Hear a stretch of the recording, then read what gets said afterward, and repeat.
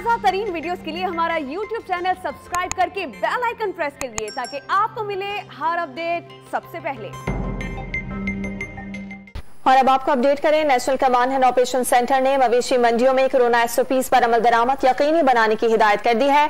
मंडी में ठेकेदारों, व्यापारियों और इंतजामी अमले के लिए वैक्सीन लगवाना जरूरी है। इसी पर बात करेंगे डॉन न्यूज की नुमाइंदा वजीहा खान से। वजीहा, बताइएगा क्या अपडेट्स हैं आपके पास? जी बिल्कुल, NCOC ने हदायतनामा जो है वो जारी किया गया है, जिसमें कहा गया है कि मवेशी मंडियों में कोरोना SOPs पर जो अमल दरामद इसको जो है वो लाजमी करार दिया जाए।